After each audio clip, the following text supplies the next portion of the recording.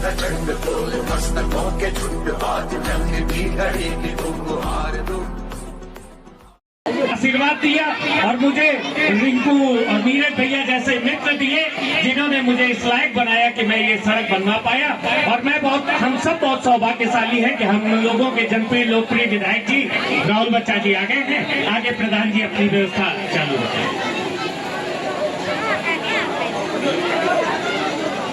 हाँ माननीय विधायक जी, आप आए, आपका हृदय से स्वागत है। समस्या एक है कि हम विगत कई वर्षों से हमारे संत जी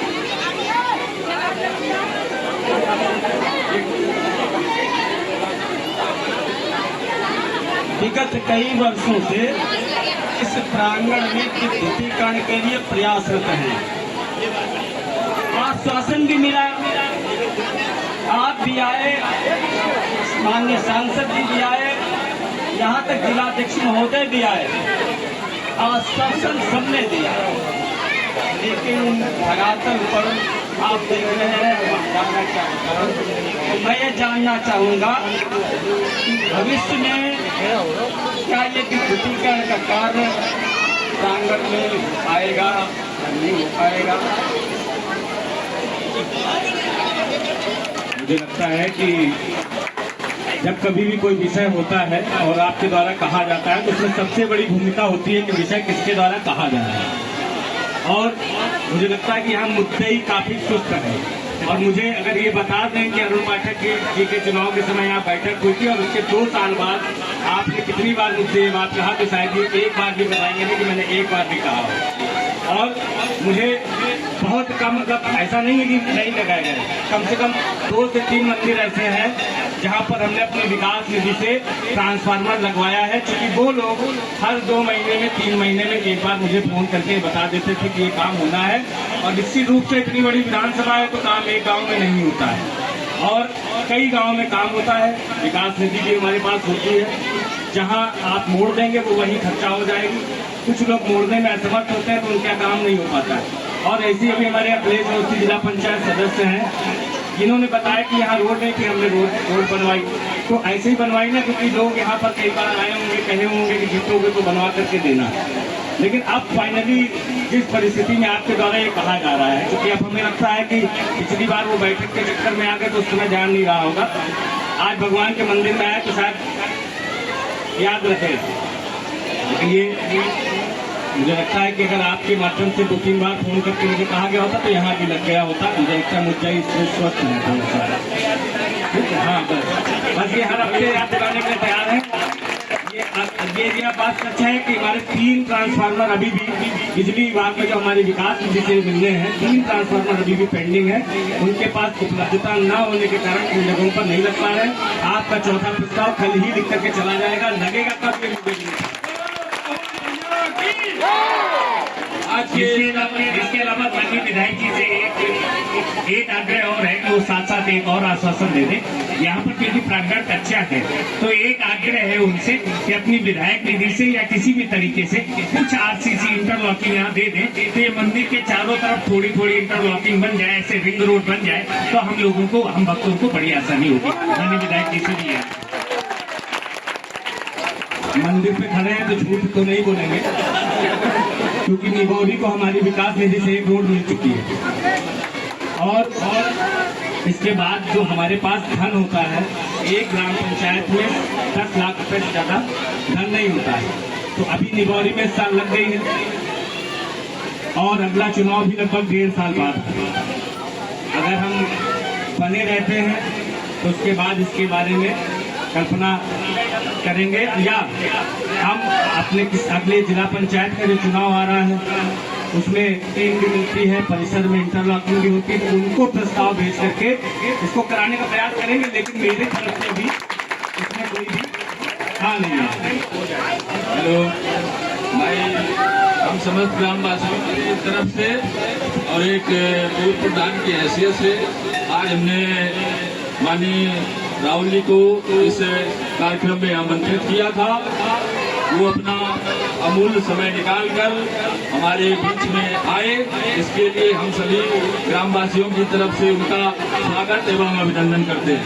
सभी लोग एक बार तालियों की गड़गड़ाहट से उनका जोरदार स्वागत करें।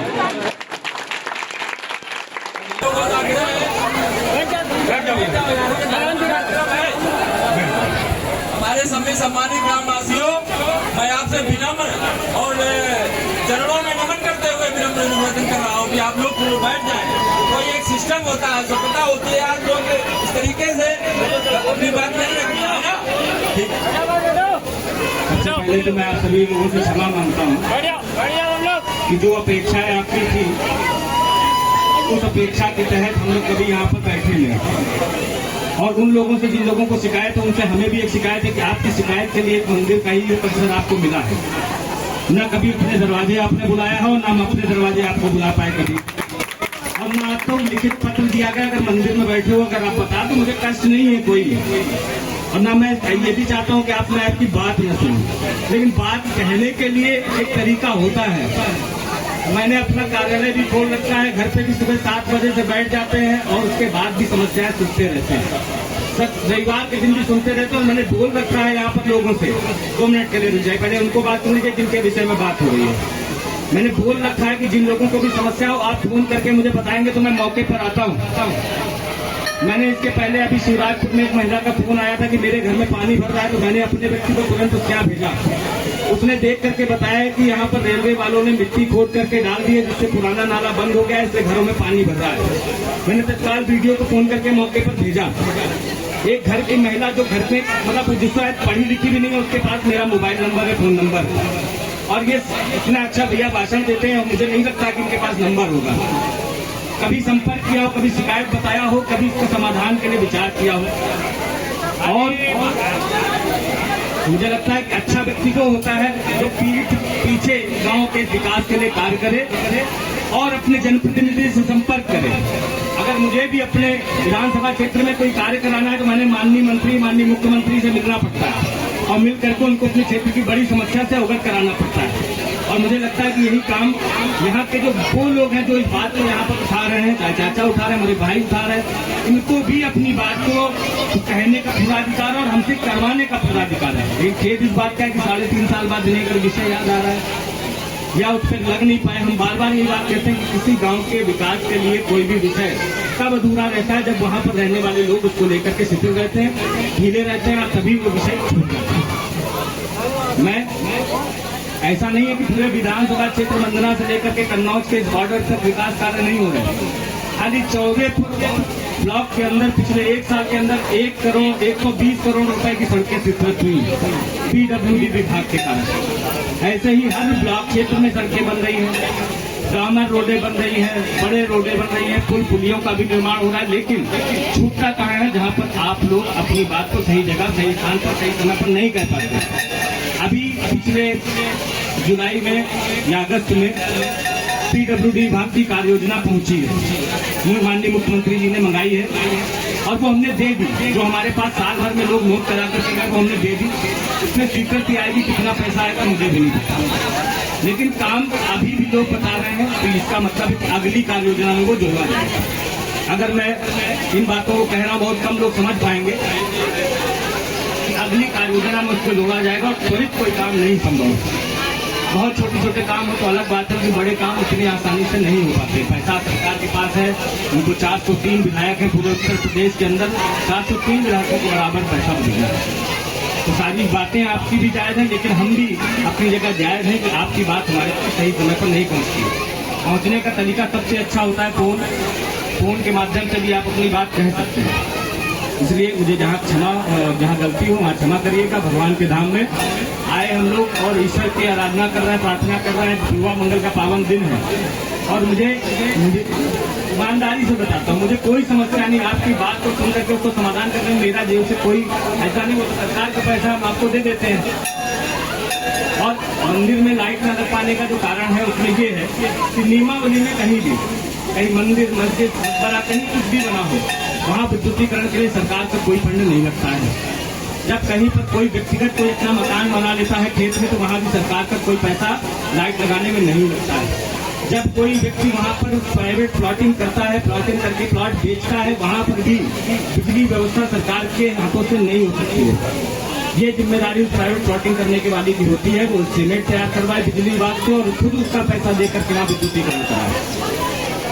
आपकी जहाँ पुरानी आबादी है वहाँ पर बिजली विभाग करता है, अन्य जगहों पर जहाँ जहाँ बिजली विभाग नहीं करता वहाँ हम अपने विकास निधि से कराते हैं। अब आपके सामने विकल्प दो है कि बाहर से लेकर के यहाँ तक खंभे लगा करके आप विद्युतीकरण चाहते हैं कि यहाँ पर एक एक्स्ट्रा ट्रांसफार्मर लगवाया जाए। बताइए, ट्रांसफार्मर लगवाया जाए या खंभे?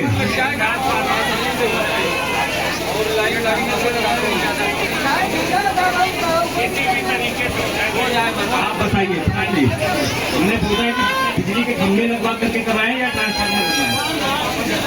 यहाँ पर एक लाइन गई हुई है, अगर उससे विद्युत विभाग एसडीओ सहमत होते हैं तो यहाँ पर एक ट्रांसफार्मर लगा के इससे कम खर्चा भी आएगा और विद्युतीकरण बहुत अच्छी तरीके से हो जाएगा।